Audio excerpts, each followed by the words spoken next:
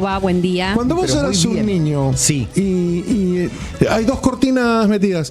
Cuando vos eras un niño y ibas a la escuela, sí, ¿qué te interesaba saber de San Martín? Mira, yo creo que mi interés por San Martín y la historia en particular. Argentina no sé si vino tanto por la escuela, vino en la secundaria sí, puede ser, porque de pasar de un colegio técnico que yo me cambié a un bachiller, ahí tuve historia nuevamente y el profe de historia esperaba toda la semana esa clase.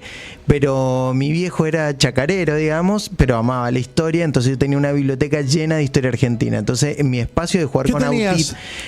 ¿Cómo que tenía? Las enciclopedias que tenías. No, y mira, tenía directamente las sagas, por ejemplo, de Rosas, que eran, no sé, 20 tomos. Unos libros rojos eran azules la primera parte, y después rojo que eran la como otra. 13 tomos la primera y la segunda, y bueno, y otros más, ¿no? Los libros de Rosas te chupaban media biblioteca. No, olvídate, te mataban 3 estantes, 4, sin duda. Y bueno, y mi espacio de juego era ese. Quiere decir que el fondo, que yo lo mamaba, todos esos los lomitos de esos libros, puede haber repercutido en algo. Tendría que hacerme tratar ahora, ¿no? Los esfuerzos que hacían nuestros padres, para los que ya tenemos más de 50, para comprarnos libros.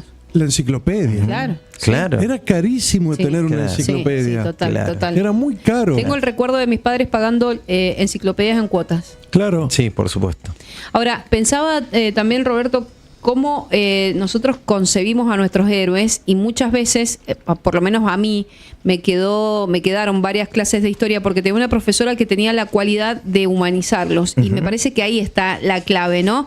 Digo, de sacarlos de esa entronización donde le hemos puesto durante todo el tiempo, y contarnos ese costado humano que también muestra, digo, en distintos casos, cómo fueron grandes ahí hasta en lo pequeño, ¿no? Es que para mí ahí es donde se hacen grandes, no en el bronce, ¿no? Porque en el bronce los vemos hasta fríos, lejanos, como, che, es imposible hacer esto. Y cuando vos empezás a hablar, y lo voy a hablar de este costado tan humano, y vos decís, pero la historia de estos tipos fue esta, y pelearon contra esto, y le costó tanto esto, y estas fueron parte de sus miserias, estas fueron parte de sus glorias, estos fueron, en esta la pegaron, en esta la pifiaron, y cuando vos ves esa parte tan humana, yo creo que ahí nos acerca al prócer.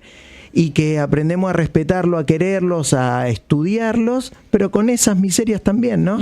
Y me parece que eso es lo mágico de las ciencias sociales en particular, Totalmente. ¿no? Lo tenemos a Matías Pascualetti en la calle. A ver, ¿cuál es la curiosidad que tiene la gente sobre San Martín? La gente va a hacer una pregunta, vos la vas a escuchar. Me encanta. Y se la vamos a contestar. Matías. Ricardo, ¿cómo estás? Muy buen día de nuevo para ustedes. Bueno, ¿Con quién estás, Mati?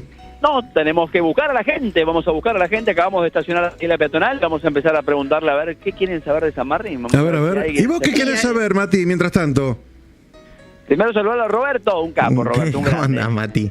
Recorrer los otros días el campo histórico. A mí me gustaría saber cuánto calzaba.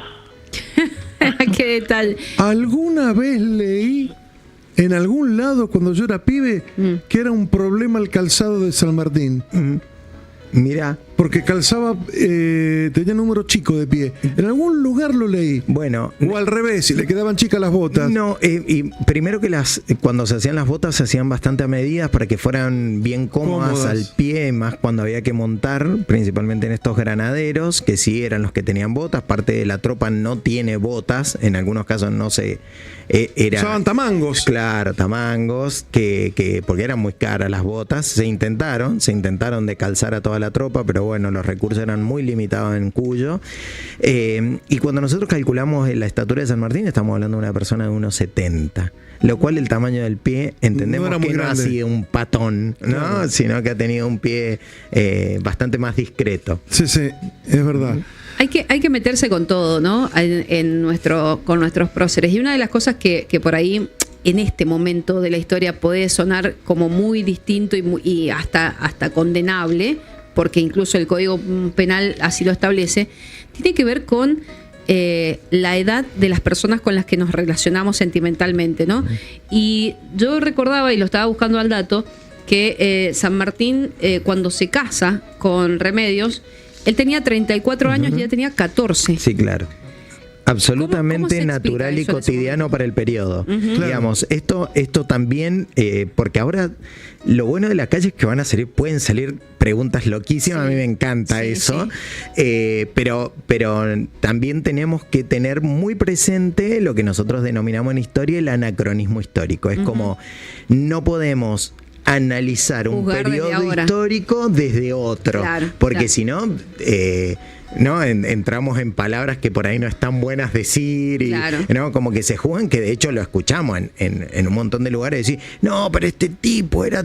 Y no era así porque en el momento no era así, porque la cultura de ese momento, eso era absolutamente natural. De hecho, cuando San Martín conoce a la que va a ser su futura esposa, la familia empuja para que eso suceda también. Es un gran partido, San Martín, si partido lo digo como se decía antes, ¿no? Es un buen candidato. Es un enorme candidato. Sí, ¿no? pero la sociedad más no quiero decir porteños para que no se enojen. La sociedad más cheta del virreinato no lo quería. Le decían el soldadote. Bueno, pero después hay un círculo más chico que sí lo aprecia, porque nosotros cuando analizamos y cuando estudiamos un poco el entorno social inicial de San Martín, recordemos que él llega en el 12, prácticamente es un desconocido, ¿no? Viene con un enorme currículum, eso sí, pero empieza a conformar este regimiento de granaderos a caballo, y hay una hermana de Remedios, ¿no? Primero tenemos que pensar que los Escaladas son una familia muy importante, pero muy importante en Buenos Aires. Sí. Es que hay preguntas de la gente ya. Bueno. ¿A Matías lo tenemos ya con gente? ¿Ya está con gente, Mati? ¿Mati está con gente? Sí, estamos acá. Aquí vienen pasando dos chicas. A una le decimos que nos espere. Nos hicieron el aguante. Vamos a hablar con otra de ellas primero. ¿Tu nombre? Buen día. Hola, buen día, Paola. Paola, ¿cómo estás? Buen día. Ahí le vamos a poner el auricular a Paola para que lo escuche a Roberto y a Ricardo. Estamos en vivo para Radio Niwil. Hola, Paola. No tenés cara. Hola, Robertito, buen día. Hola, buen día. Muy bien, ¿vos? ¿Qué te gustaría saber? Es la consigna. ¿Qué te gustaría saber sobre San Martín? Y Roberto te lo responde. Roberto, en realidad me gustaría saber quién le cuidaba a los caballos. Mirá qué linda pregunta. Qué pregunta rara. ¿Por qué te interesó? ¿Por qué te interesó eso?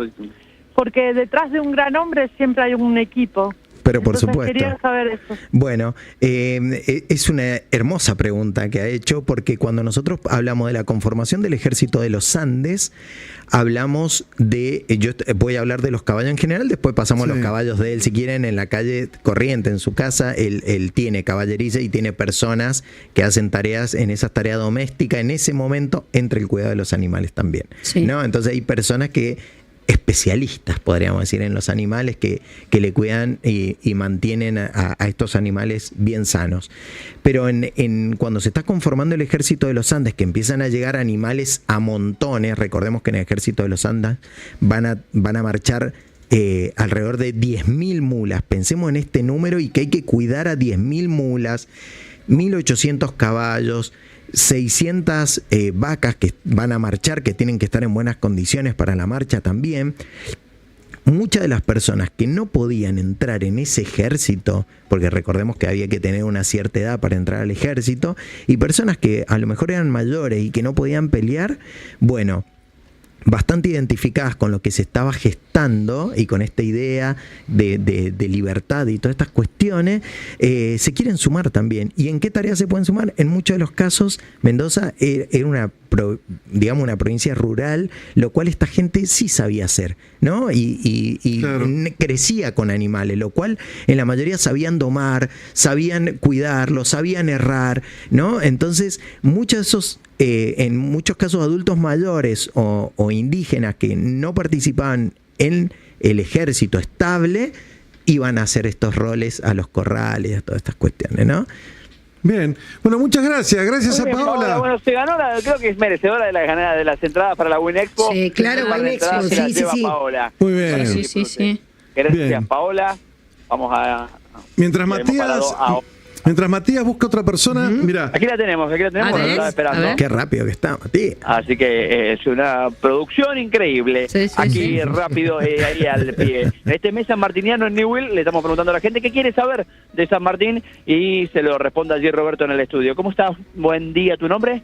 Paulina, ¿cómo va? Muy bien, Paulina. ¿Cómo te llevas con la historia con San Martín? ¿Te gusta, no te gusta? Me encanta, soy mendocín, estudié Relaciones Internacionales acá en la Universidad de Congreso, así que muy bien ahí. Ah, bien, bueno, a ver, vamos a ver entonces, Paulina, ¿qué le preguntas a Roberto para que te responda sobre San Martín, lo que quieras?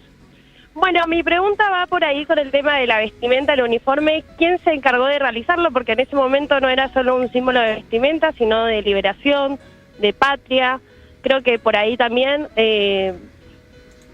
Y bueno, también otra pregunta que tenía, que quizás no relacionada a la vestimenta, que ¿qué creía Roberto, que había sucedido en el encuentro con San Martín y Bolívar en Guayaquil?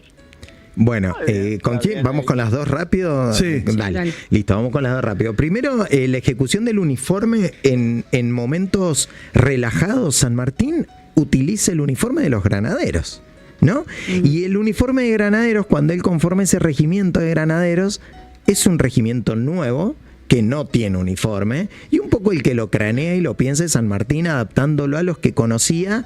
Si ustedes van a ver, o si alguno ha visto la película de los Minions, lo tiro así, cuando complotan contra Napoleón, que son del mismo ejército, van a ver que tienen el mismo uniforme, parece un ejército, el uniforme de granaderos, ¿no? Nada más que están en Francia. Bueno, San Martín ha peleado contra esos ejércitos, y un poco chorea la moda europea y trae ese tipo de uniformes que eran muy prácticos, ¿no? No solo tenían facha, eran muy prácticos, ¿no? El tipo de pantalón con una adhesión de cuero para que se estire, para que el jinete esté primero cómodo, que dure, y segundo que esté bastante más cómodo, el tipo de bota alta para que no lastime en la zona que diríamos hoy los gemelos, ¿no? Bueno, todo eso que estaba bastante craneado en esos uniformes que estaban bastante avanzados en Europa, él un poco copia esa lógica de uniforme. Y su uniforme particularmente, cuando nosotros los vemos en esos cuadros que tenemos tan escolares, ¿no?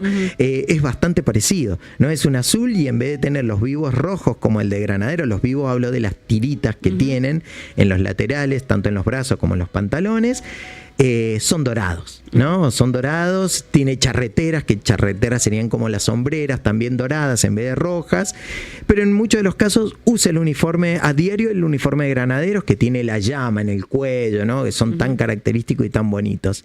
Y la otra pregunta, no sé si la otra pregunta era de la entrevista de ¿Qué pasó? Claro, que fue a puertas cerradas. Bueno, ahí tenemos varios análisis. Primero se dice, en esa entrevista no se sabe nada. Bueno, nosotros decimos, sabemos casi todo, ¿no? O por lo menos chusmeamos casi todo. Porque en esa entrevista primero hay que poner un poco el contexto. Si bien son los dos grandes libertadores, en un momento hay dos visiones bastante diferentes, principalmente en entornos políticos, y al no ponerse de acuerdo, llega un momento que notan cercanos a ellos que va a ser inminente un enfrentamiento entre ambas fuerzas, ¿no? Y esto por ahí no lo estudiamos tanto, lo estudiamos como, no, fueron dos cumpas que se juntaron y querían los dos liberar a América. Fue tenso. San Martín está muy molesto con la actitud de Bolívar, muy, ¿no? Claro. Y se lo hace saber, mira, por una cuestión particular, que es otra de las acciones que no puedo revelar, que viene en el mes sanmartiniano. Estuvimos repasando cartas de San Martín, y las cartas a Bolívar, te das cuenta durísimas, que estaba muy caliente. Sí, claro. Muy duras. Claro. ¿Sí? De hecho, mira, nosotros nada, lo voy a hacer rápido porque son tiempos de radio, entonces no voy a ir con tantos detalles, pero cuando San Martín está en Lima y Bolívar está en Quito, dicen, nos vamos a juntar en Guayaquil, que va a ser un lugar neutral, para poder negociar en un lugar neutral, ¿no? Cuando empiezan a tramar esto y San Martín comienza el viaje, Bolívar avanza sobre Guayaquil. Cuando llega, ya no está en territorio neutral, ¿no? Está en un territorio de Bolívar, lo cual ya la primer disconformidad de Bolívar es que cuando llega a San Martín y desembarca es vitoriado, y esto le molesta bastante en uno de los puntos. Después está la reunión, que son dos grandes entrevistas, dos largas, una no tanto, pero la otra sí bastante larga, donde San Martín tiene pocos recursos, ha perdido el apoyo de Buenos Aires hace rato, Chile se ha quedado sin un mango, Perú bastante frío, lo cual tiene todos para perder y viene de larga, digamos, de muchos años de pelea, lo cual tiene un ejército muy desgastado. Sin embargo, Bolívar no, viene de algo bastante rápido, todavía tiene apoyo, tiene guita, ¿no? Y esto sí influía. Y cuando nosotros sabemos que San Martín está bastante molesto, bueno, en algunas cartas que vos decías se nota bastante, de hecho que San Martín tiene un humor que es bastante sarcástico, es bastante interesante cuando lo leemos, es muy lindo irónico. Cuando lo leemos, totalmente irónico, y él resalta bastantes veces que Bolívar le regala un retrato de él, ¿no? Es como ir a una casa y te dicen, toma mi foto, llévatela, ¿no? Bueno, y años después, cuando otros próceres lo van a visitar a Boulogne-sur-Mer, todos recalcan que tiene el retrato de Bolívar en su casa, ¿no? En Boulogne-sur-Mer, y él se ríe un poco de esa situación, es bastante linda, interesante. Bien. Paulina, ¿contenta con la respuesta? Fascinada, muchas gracias. Bueno, ¿se ganó las entradas, Mati? Se ganan las entradas también, Paulina. Aquí le vamos a ver qué nos espera. Sí, nos da su teléfono y le mandamos las entradas a través de WhatsApp. Bien. Gracias, Paulina. No, de nada, un placer. Muy Bien, gracias, Mati. Para que le queda una. Le queda una más. Le queda Dale. una, pero mientras encuentro le damos nosotros algunas Dale. consultas a Roberto. Sobre todo porque, como decíamos al principio, esto de humanizarlo es lo que he aprendido también a nuestros oyentes. Muchos hablan de los amoríos de San Martín, ¿no? Qué temón. De si tenía amante o no. Y hay un oyente que dice si es real que tuvo una amante llamada Rosita Campuzano. La regidora. Yo más que amante diría que Fue una posiblemente compañera. fue el amor que tuvo San Martín. Ajá. No quiero entrar en conflicto, digo, esto es una Con lectura Remedios. personal, claro, ¿no? Sí. Si está escuchándome Remedios, por favor, no lo O tomes algún descendiente personal, de por Remedios. favor. Sí. No se trata de eso, pero digo, nosotros cuando pensamos en Remedios, y acá digo porque para argumentar un poco la respuesta, ¿no? Cuando en la escuela te decían argumente su respuesta. Sí. Bueno, cuando él conoce a Remedios, que él la conoce en el 12, él está con la conformación del regimiento de granaderos, sabemos que está en San Lorenzo, se va hacia el norte, del norte a Córdoba, de Córdoba a Cuyo, recién ahí medio que empieza a convivir bien con ella un tiempito, y estamos hablando que es del 14 al 16, ¿no? Porque él después, ya a inicio del 17, viaja a hacer la campaña del Pacífico, y en esa campaña del Pacífico, en Lima, conoce a una mujer bastante más madura que Remedios, ¿no? Una mujer muy interesante que entiende ya mucho viuda de o separada, política, ¿no? Sí, claro, sí, está sola. Pero había tenido pareja. Sí, claro, pero los registros en uno tenemos. Hay como ciertas lagunas que no. La protectora, no la regidora. Sí, la protectora le no decían. nos permite. Él era el protector de Perú y ella Claro, la protectora. Y no nos permiten por ahí saber si había enviudado antes, después, porque hay o por lo menos yo digo, Claro. no tengo por ahí esa info en los registros que había leído.